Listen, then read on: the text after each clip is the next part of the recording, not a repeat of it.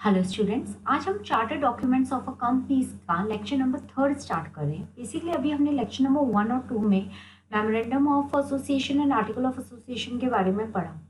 आज के लेक्चर से और अभी कंटिन्यू 2-3 लेक्चर तक हम जो क्लॉजेस पढ़े थे मेमोरेंडम में उनका ऑल्टरेशंस के बारे में पढ़ेंगे। दैट इज सबसे पहला क्लॉज जैसे हमने पढ़ा था नेम क्लॉज।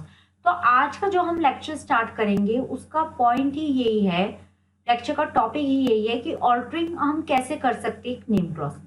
स्टार्ट करते हैं। टॉपिक है हमारा alteration of memorandum of association due to change in name clause. Name clause में अगर कोई चेंज आता है तो उसका ऑल्टरेशन कैसे किया जाता है। एज पर सेक्शन 13 सबसेक्शन 2, कभी भी कंपनी का अगर नेम चेंज होता है या ऑल्टर किया जाता है उसके लिए आपको एक स्पेशल रिजोल्यूशन पास करवाना पड़ता है, साथ के साथ आपको अप्रूवल लेनी पड़ती है सेंट्रल गवर्नमेंट की। सेकंड पॉइंट इसमें ये आता है कि अगर आप वर्ड एडिशन या डिलीशन कर रहे हो वर्ड प्राइवेट, तब आपको सेंट्रल गवर्नमेंट का अप्रूवल लेने की रिक्वायरमेंट नहीं है। ठीक है। सेकेंड, आपका जब अगर कन्वर्जन वाला पॉइंट आता है, कोई भी कंपनी को आप पब्लिक कर रहे हो या पब्लिक को प्राइवेट कर रहे हो, उस टाइम पे जब आपका सिर्फ वर्ड चेंज हो रहा है प्राइवेट या आ रहा है या हटा रहे हो, उस टाइम पे आपको जरूरत नहीं है सेंट्रल गवर्नमेंट की अप्रूवल लेने की। नेक्स्ट आपका पॉइंट आता है एज पर सेक्शन 13 सबसेक्शन 3, अगर कुछ भी नाम में चेंज किया जा रहा है एज पर अंडर सेक्शन 13 सबसेक्शन 2, तब registrar shall enter the new name in the register of the companies in place of the old name, और फिर वो इश्यू कर देंगे आपको certificate, fresh certificate of incorporation with a new name, और such name in the company shall be complete and effectively, कब से effective हो जाएगा, जब आपके पास सर्टिफिकेट आ जाता है नए नेम का। According to Rule 29 of the Companies Incorporation Rules 2014, the change of name shall not be allowed to the company. Company कब नाम चेंज नहीं कर सकती? अगर कंपनी डिफॉल्ट में है किसी भी फाइलिंग ऑफ एनुअल रिटर्न या फाइनेंशियल स्टेटमेंट जो भी उनकी ड्यू चल रही है, या वो फेल है पे या रीपे करने में कोई भी मैच्योर डिपॉजिट या डिबेंचर या इंटरेस्ट, तब कंपनी जब तक वो डिफॉल्ट को कवर नहीं करती है तब तक कंपनी अपना कंपनी का नाम चेंज नहीं कर सकती। ठीक है। Provided that change of name shall be allowed upon filing necessary document और पेमेंट और रीपेमेंट, जो भी आप कंप्लीट कर लेते हो तब आप चेंज कर सकते हो। एप्लीकेशन फाइल की जाएगी इन फॉर्म INC 24, साथ के साथ फीस भी दी जाएगी for change in the name of a company, और नया सर्टिफिकेट ऑफ इनकॉर्पोरेशन इशू किया जाएगा इन फॉर्म INC 25। ठीक है, with effect of change in name. Next आपका इसमें प्रोविजन आता है under section 16 of the act, rectification of the name of the company is required to be carried out if through inadvertence और otherwise, अगर company registered है by name जो identical है या रिसेंबल है नियर बाय कोई नेम के, तब आपको रेक्टिफिकेशन वैसे भी करना पड़ता है। रेक्टिफिकेशन तभी होगा जब सेंट्रल गवर्नमेंट आपको डायरेक्ट करेगी at any point of time after the registration of a company. The direction of central government is required to be compiled with by the company within a period of 3 months from the date of issue. मतलब company को जब आपको date of issue कर दिया जाए central government से कोई direction, उसके 3 महीने के अंदर अंदर आपको एक्शन लेना पड़ेगा as a company. Further, where a company changes its name or obtains a new name under section 16 subsection 1, it shall within a period of 15 days from the date of such change, उनको एक notice देना पड़ेगा change का, किसको, registrar को, साथ के साथ उनको ऑर्डर भी देना पड़ेगा जो उनको सेंट्रल गवर्नमेंट से मिला है, और साथ के साथ कोई भी चेंजेस हैं अगर कोई सर्टिफिकेट ऑफ इनकॉर्पोरेशन में, उनको वो भी कैरिड आउट करवाने पड़ेंगे विद अ मेमोरेंडम। कोई भी डिफॉल्ट किया जाता है किसी भी डायरेक्शन में जो सेंट्रल गवर्नमेंट ने आपको दी थी, तब कंपनी पनिशेबल है with a fine of ₹1000 for every day, जब तक वो डिफॉल्ट कंटिन्यू करती है, और ऑफिसर्स जो होंगे उस कंपनी के, उनको कम से कम 5000 रुपीज तक का फाइन, जो एक्सटेंड किया जा सकता है 1 लाख। ठीक है, अगर कोई भी आप डिफॉल्ट कैरी करते हो तो। Change in name of the company involves alteration in clause 1 of the memorandum of association of the company. Section 13 यही कहता है जनरल मीटिंग होगी, स्पेशल रिजोल्यूशन पास होगा और सेंट्रल गवर्नमेंट का अप्रूवल भी लेना पड़ेगा for change in name.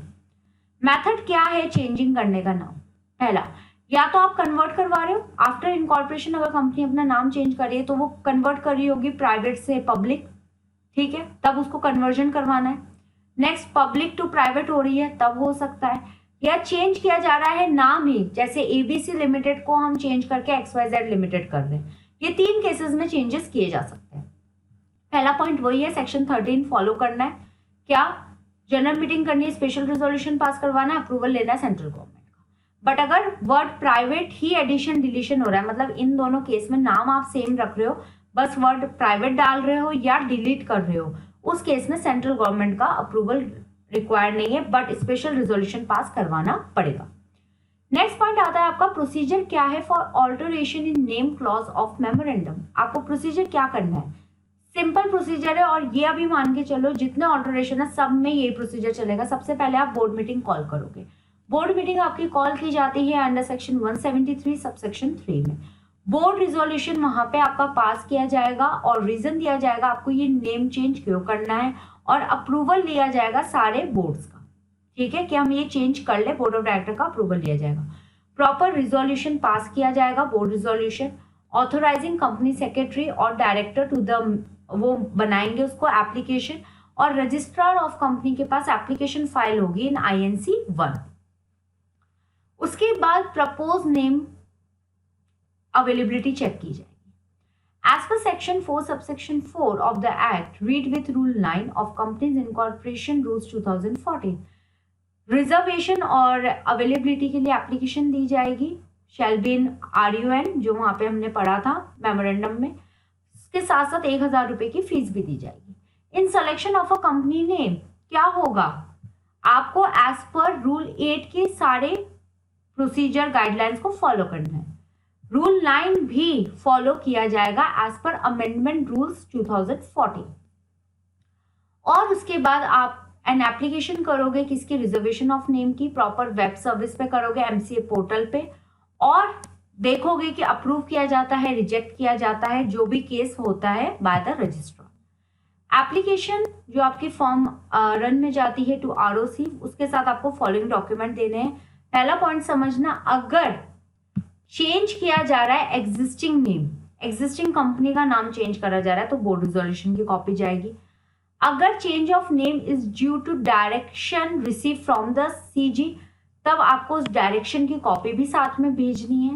Next, अगर कोई ऐसा केस है, in case the propose name are based on a registered trademark, तब आपको अप्रूवल ट्रेडमार्क का जो आपने लिया है उसकी भी डॉक्यूमेंट साथ में जाएंगे। या कोई एक्सप्रेशंस या वर्ड्स का कोई इशू है और उसके लिए आपने सेंट्रल गवर्नमेंट से अप्रूवल ली है, तो उसकी अप्रूवल की कॉपी जाएगी। या कोई भी अदर कंसर्न रेगुलेटरी ने आपको ये अप्रूवल लिया है आपने उनसे, तब उस अप्रूवल की कॉपी आपको साथ में अटैच करनी है। वो कोई सा भी केस हो सकता है, अगर इंश्योरेंस है, बैंक है, स्टॉक एक्सचेंज है, वेंचर कैपिटल है, निधि कंपनी है, असेट मैनेजमेंट है, ऐसा कुछ भी केस है, NDFC से रिलेटेड कोई भी केस है, उन सबके आपने जिस तरह से आप अपना नाम चेंज करना चाह रहे हो, जो भी उसके पीछे का रीजन है, तो जहां से आपने अप्रूवल लिया है उनकी कॉपीज आपको साथ में अटैच करनी पड़ेंगी।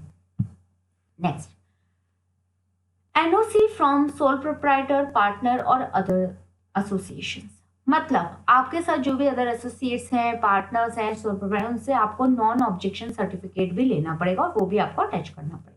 एग्जिस्टिंग कंपनी भी है तब भी आपको NOC लेना पड़ेगा, non objection certificate.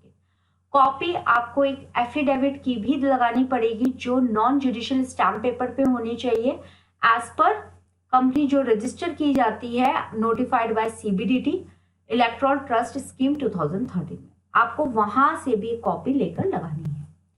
Resolution of unregistered company in case of chapter 21 part A, तो उस केस में आपको जो रिजोल्यूशन है उसको अटैच करना आपके लिए मैंडेटरी है। ऑर्डर ऑफ कॉम्पिटेंट अथॉरिटी, तो जो भी ट्रिब्यूनल का ऑर्डर होगा उसकी आपको कॉपीज अटैच करनी है। Foreign company, resolution pass bye foreign company, तो आपको वहां से नॉन ऑब्जेक्शन सर्टिफिकेट की कॉपी, रिजोल्यूशन जो है वो लगाना पड़ेगा। अदर कोई भी ऑप्शनल अटैचमेंट आपको लग रही है अदर इंफॉर्मेशन की, वो भी आपको अटैच करनी पड़ेगी। थर्ड स्टेप अब आपका ये आता है कि आप आरओसी से अप्रूवल लोगे और name availability letter. After approval of name ROC issue कर देगा नेम अवेलेबिलिटी लेटर, ठीक है, और वो आपका वैलिड रहेगा for a period of 60 days. उसके बाद according to section 4 subsection 5 clause 1 of the companies amendment act 2017 which has substituted the above provision, उसमें ये चेंज कर दिया गया कि जो नाम रहेगा वो for a period of 20 days from the date of approval of such name क्या रहेगा, रिजर्व रहेगा। पहले जैसे 60 डेज रह जाता था, अब इसमें अमेंडमेंट आई है, अब ये 20 डेज रहेगा। लेकिन अगर रजिस्ट्रार चाहे तो उसको एक्सटेंड कर सकता है पीरियड को by 60 days. And the set period of reservation of name of the registrar for the change of the name of existing may be for a period of 60 days from the date of approval. But ये सब क्या registrar के हाथ में है। वैसे 20 days का time period है, हो सकता है उसको एक्सटेंड करे तो 60 भी हो सकता है। Next, on the receipt of approval of name, जो भी आपका कंपनी सेक्रेटरी है एंड डायरेक्टर है, कन्वे करेंगे board meeting. Take note of the name approval receive from ROC. Fix करेंगे एक ईजीएम जहां पे स्पेशल रिजोल्यूशन पास करवाया जाएगा शेयर होल्डर से in a favour of name clause. और स्पेशल रिजोल्यूशन आप सबको पता है 75% ऑफ वोटिंग राइट्स पे पास करवाया जाता है। अप्रूवल ईजीएम का along with agenda explanatory statement आपको सारा अनेक्स करना है। प्रॉपर डायरेक्टर ऑफ सीएस के इशू नोटिस पे सिग्नेचर होने चाहिए, approve by the board. Issue of notice of EGM, EGM आपका नोटिस आप इसका इशू करोगे। Issue of notice of the EGM to all the member, legal representative of any deceased member और assignee of an insolvent member, director, जो भी authorise है as per section 101। Listed company का case है तो आपके सेबी एलओडीआर के रेगुलेशंस भी एप्लीकेबल होते हैं। जनरल नोटिस अगर आप करना चाहते हो तो आप पब्लिश कर सकते हो किसी भी न्यूज़पेपर में। होल्ड करोगे आप ईजीएम प्रॉपरली उसी डेट पे उसी टाइम पे जब है, और आपको उसके लिए स्पेशल रिजोल्यूशन पास करवाना पड़ेगा फॉर द नेम क्लॉज में चेंजेस के लिए। उसके बाद आरओसी फाइलिंग होगी, एमजीटी 14 फाइल होगा आरओसी के पास within 30 days from the date of passing of the resolution. Special resolution की कॉपी अटैच उसके साथ जाएगी, साथ के साथ प्रिस्क्राइब फीस जाएगी और फॉलोइंग डॉक्यूमेंट भी जाएंगे। स्पेशल रिजोल्यूशन की true copy, explanatory statement, alter memorandum of association, और स्पेशल रिजोल्यूशन के साथ साथ आपकी आर्टिकल्स ऑफ एसोसिएशंस के भी जो ऑल्टरेशन किए गए नेम क्लॉज का वो भी जाएगा, और ऑल्टर आर्टिकल ऑफ एसोसिएशन भी जाएगा। फिर कंपनी INC 24 पे फाइल करेंगी with in 30 days with the prescribe fees. इसमें मिनट्स जाएंगे, certificate of incorporation along with copy altered बिल्कुल जाएगी विथ फॉर्म INC 24। नेक्स्ट, सारी स्क्रूटनी वगैरह करने के बाद आरओसी आपको एक फ्रेश सर्टिफिकेट इशू कर देगा न्यू नेम का INC 25।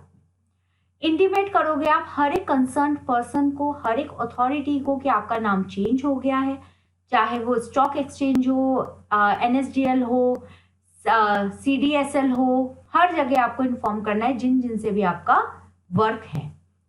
अरेंज करोगे एक नई सील, नई कंपनी की नई सील होगी, और जितने भी आपके स्टेशनरी पेपर्स पे पुराना नाम चलता आ रहा है वहां पे सब पे आप नया नाम लगाओगे।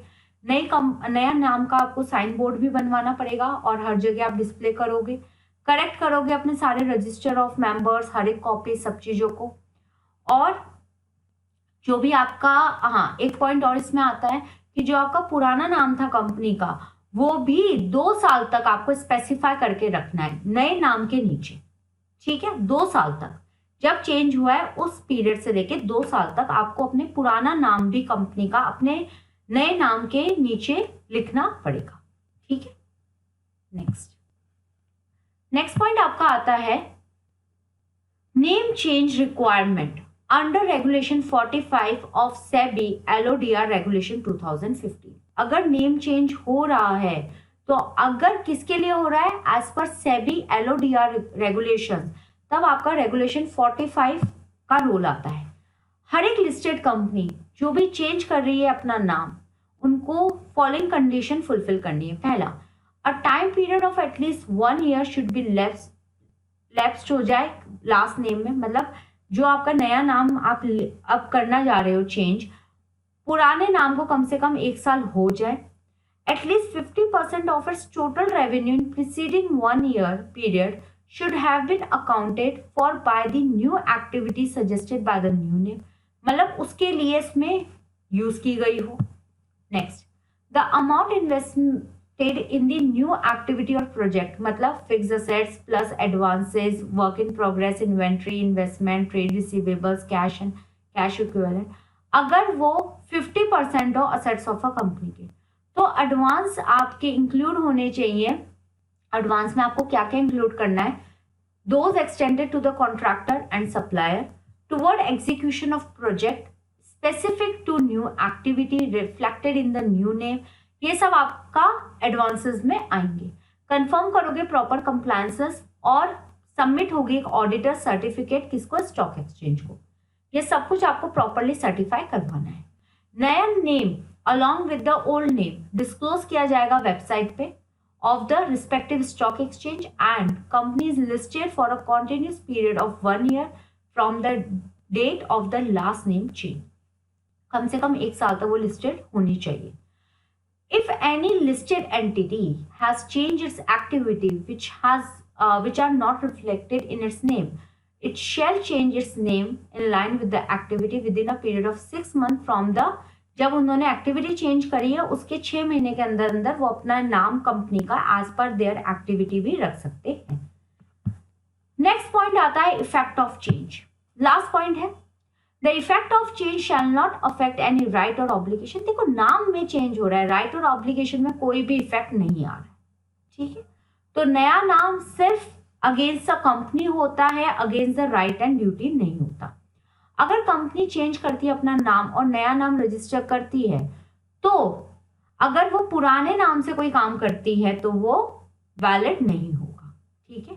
The court have held the proceeding commence by a company in its former name can be continue under its new name. अगर उनके पुराने नाम से कोई प्रोसीडिंग्स चल रही हैं तो वो अब न्यू नेम में कन्वर्ट हो जाएंगे, ठीक है। This is all your alterations of name clause, ठीक है। बहुत छोटा सा प्रोसीजर है, इसमें आपसे प्रोसीजर ही पूछा जाएगा और मैंने आपको जैसे बताया प्रोसीजर हर एक ऑल्टर क्लॉज का ऑलमोस्ट सेम ही रहेगा, ठीक है। तो अब हमारे नेक्स्ट लेक्चर में रजिस्ट्रेशन क्लॉज का करते हैं, सिचुएशन क्लॉज का ऑल्टरेशन, ठीक है। Okay, thank you.